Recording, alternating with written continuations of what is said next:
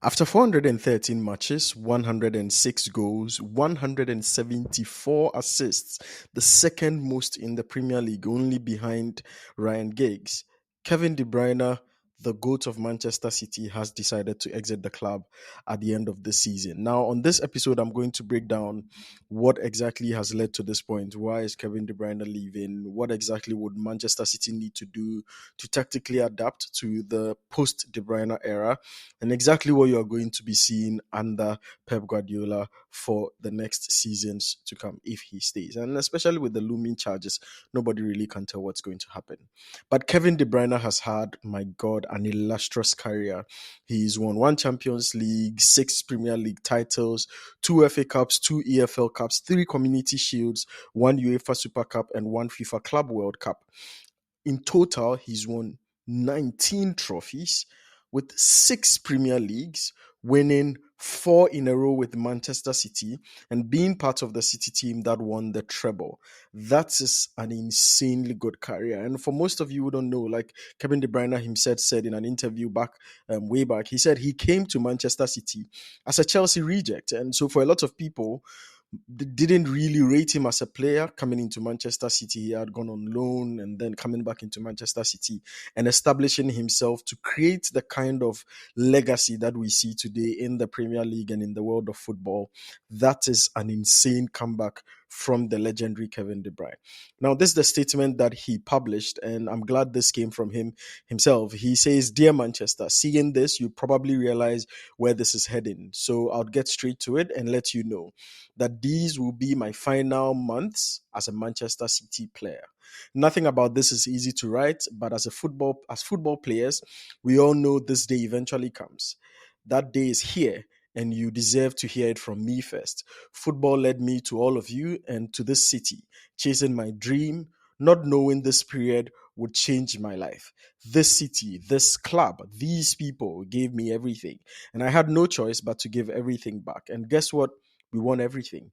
Whether we like it or not, it's time to say goodbye. Suri, Rome, Mason, Michelle, and I are beyond grateful for what this place has meant to our family.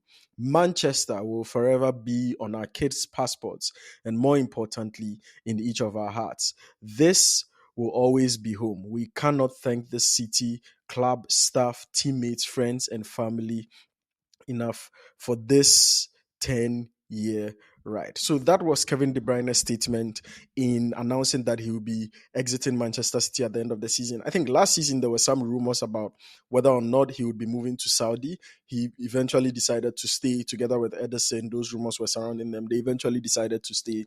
And this season, he's leaving. Now, the juicy part is Kevin De Bruyne the one who decided to leave, or did Manchester City decide not to renew his contract? So that's what happened. Actually, according to Pep Guardiola, after press conferences, the English media would always make this the most important news and question Pep Guardiola 370 times about it, all that. Pep Guardiola clearly stated that this is a decision made by the club. This is a decision that has been communicated by the club. And so essentially, it is not Kevin De Bruyne deciding to reject a contract extension and leave. It's Manchester City board and the club decided not to extend the contract of Kevin De Bruyne. And I think that this is good. And not because I think Manchester City hates Kevin De Bruyne or Kevin De Bruyne doesn't deserve to be in the Premier League.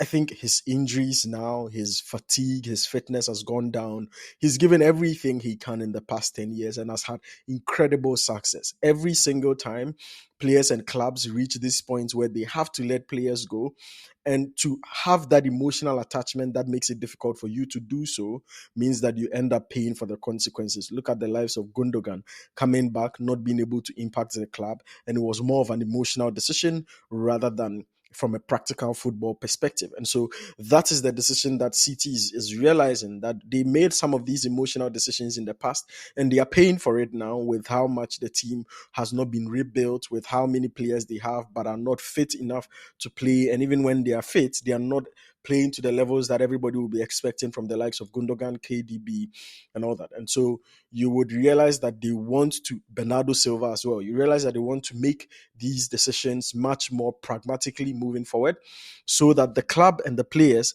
are much more clear on exactly what they want to do. And so now I want us to look at a few things.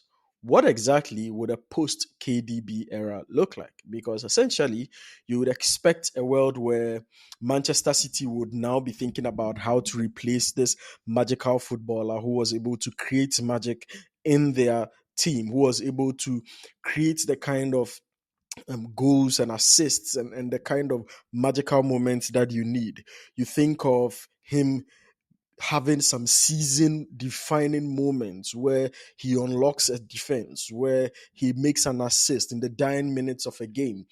And this guy, Kevin De Bruyne, he's shown leadership season in, season out. It's time for him to step away, but Manchester City would need to rethink how they evolve beyond Kevin De Bruyne. And I think they're struggling to do that in a bit because how do they evolve beyond Gundogan? They haven't been able to. How do they evolve beyond Kevin De Bruyne? They haven't been able to. And I think even very soon they would have to think about how they evolve beyond the likes of Rodri, Ruben Diaz, and all that. And I think these are big questions that they have to answer. Obviously, Erling Haaland is first and foremost the biggest victim in all of this because in the absence of KDB, he's not been able to build the momentum, not getting the assist, not getting the system to play to his strengths. In the presence of KDB, Erling Haaland is a beast. And that's the main thing that unfortunately for City, the two greatest attacking players that they have now and are about to have in Erling Haaland didn't get to share the pitch together unless Manchester City finds someone who will be the new KDB to unlock the defenses, specifically playing to the strengths of Haaland. It's extremely difficult for them to do so because then Haaland would start entering these situations where he would need to fit more into playing towards the team's strengths rather than the team playing towards his strength. And that's where the conflict and the dichotomy would come in. So let's look at what the post Kevin De Bruyne era would look like for Manchester City and why it is really important that they pay attention to these. If you think about it, what exactly is the tactical role of Kevin De Bruyne in Manchester City? Kevin De Bruyne is known for his playmaking prowess. He's known to be an insanely tactical and technical genius who is able to read the game way ahead of its time. And so, if you are looking for someone like that, you just don't need somebody with the ability. You need somebody with the IQ, with the mentality and the brains of Kevin De Bruyne. And I think currently Manchester City can think of the evolution of the likes of Phil Foden to try and cater for those deficiencies. But the thing about Phil Foden is he is not the brains of Kevin De Bruyne. Phil Foden is not the one who unlocks defenses. He is known for, in that 10 row, striking the ball outside of the box. And yeah, he does that brilliantly well. But how many of those chances would score? Phil Foden is no more for taking chances on his own. There's also this argument as to whether he's a specialist in the midfield role or he's suited more to the wing. And regardless of the evolution that you talk about, he's not quite to the level of KDB. Savinho has come in, and you're wondering, Savinho, can he play in the 10? Omar Marmoush, can he play in the 10? I don't think any of these players are explicit attacking midfield specialists who would be able to play in the way in which Kevin De Bruyne was playing for Manchester City. And so you would need Manchester City to have a lot more um, a lot more bold approach to try and find a replacement for KDB in the transfer market. And this would be probably one of the most interesting things I would want to look out for Pep Guardiola doing in the transfer season. How does he re-engineer his team to fit a post KDB era football? I mean, currently they are playing a lot of games without him, but they are struggling. And so that's the thing. How does Manchester City become the deadly football team that we know them to have been in the past 8 to 10 years in the absence of KDB?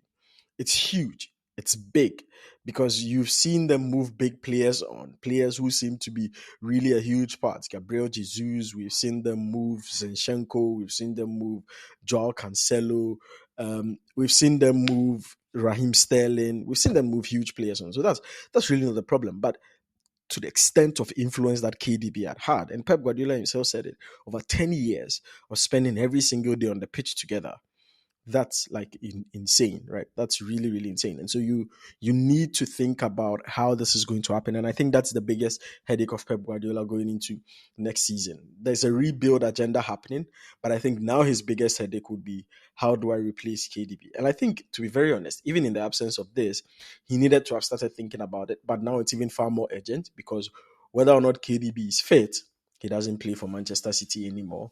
And City now has to think about exactly how to replace Kevin De Bruyne. Now, there's been also questions about whether or not there are tactical evolutions that Manchester City can make in their bid to try and adjust beyond the KDB era. So currently they play KDB in a 10, so they play a three at the back, or sometimes they play a 4-2-3-1 typically, but usually they push the fullbacks high up, or one fullback inverts and then they push the midfield high up. But essentially, you're thinking about it and you're wondering whether they will start playing a 4-3-3, right? Instead of a 2-1 in midfield, are they going to play a 3 so that they have more defensive steel and have more attacking minded midfielders playing as a two central midfielders, but not necessarily creative midfielders that will create for others, but they're attacking minded and so they'll push forward? Can Bernardo Silva, who has been known to be the most adaptable and the most malleable player in the Manchester City set, playing left back, right back, playing winger, attacking midfielder, central midfielder, would Bernardo Silva be able to step in the shoes of Kevin De Bruyne? And I think this is one of the points where maybe Manchester City would slightly come to start regretting the decision of selling Julian Alvarez, because Alvarez last season, when City lost Kevin De Bruyne, Alvarez was the one playing in the 10 role and he did superbly well. I think even Phil Foden played there at a time and he also did really well. But Phil Foden hasn't been able to boost forward. And I think Alvarez is doing really, really well with Atletico. He's on form. He's playing really well for his national team as well. And you think about it and you're wondering, Alvarez, I think, has much more steel of a personality, has much more influence on the game, has much more threat and consistent aura around him, that he probably influences the game way more than Phil Foden does over a consistent period of time. I know Phil Foden has these magical moments, and Phil Foden last year was the player of the season. I think even some people would argue as to whether he actually was, or was just the media around him that created that whole narrative that he is the best player in the season. But it's because also he scored some wonderful goals, clearly. But Alvarez, if Alvarez had the playing time that Foden had, I'm sure he would be a lot more consistent, a lot more impactful, way better on and off the ball, in terms of his attacking influence on the game than Phil Foden had. And so generally, I would profile Alvarez much higher in terms of the value of the player than profiling Phil Foden. And I think those are a few things that we would need to discuss and see how exactly these things go out and play about in that team. But more importantly, what do you think Pep Guardiola will be thinking of doing? Because anytime Pep Guardiola has been faced with such a difficult situation like this, he's tried to either recruit players to fit in or engineer a new tactical system. If we can't find the new Kevin De Bruyne, would he be willing to engineer a new tactical system in favor of KD, in the favor of the absence of KDB? I'm not sure how that's going to go, but I think that Kevin De Bruyne and the influence he's had on Manchester City, they should definitely give him a statue in front of the Etihad, because my word, that guy, that guy has done insanely well for Manchester City. There's only one thing I'm going to say. After you watch this episode, go watch some KDB highlights. Go watch the legacy has left behind. Some of his goals are just stunningly beautiful. And I watched some of them before coming to record this episode, and it was insanely good. So definitely, for Manchester City fans, I don't want to say commiseration to you, but I also think that you are losing a great player But it's time, and you guys need to think about how to evolve the team. Let me know what you think Pep Guardiola should do in the comments. Do you think that he should focus more on reinventing the team to play in a tactical way that avoids the need for such creativity of KDB? Do you think that he should rather go into the market with an obsession over finding the new KDB? What exactly do you think Pep Guardiola should do? Do you think he should rely on internal talents such as Omar Marmoush, Phil Foden, and play them and train them to be much more in the 10 role than KDB? That KDB has been occupying, and still maintain the same tactical influence or tactical identity that his team has. What exactly should Pep Guardiola do? If you were Pep Guardiola sitting in that dugout, what would you do? I think these are the things that I want to see in the comments, and let's have a very good engagement around exactly what this would be.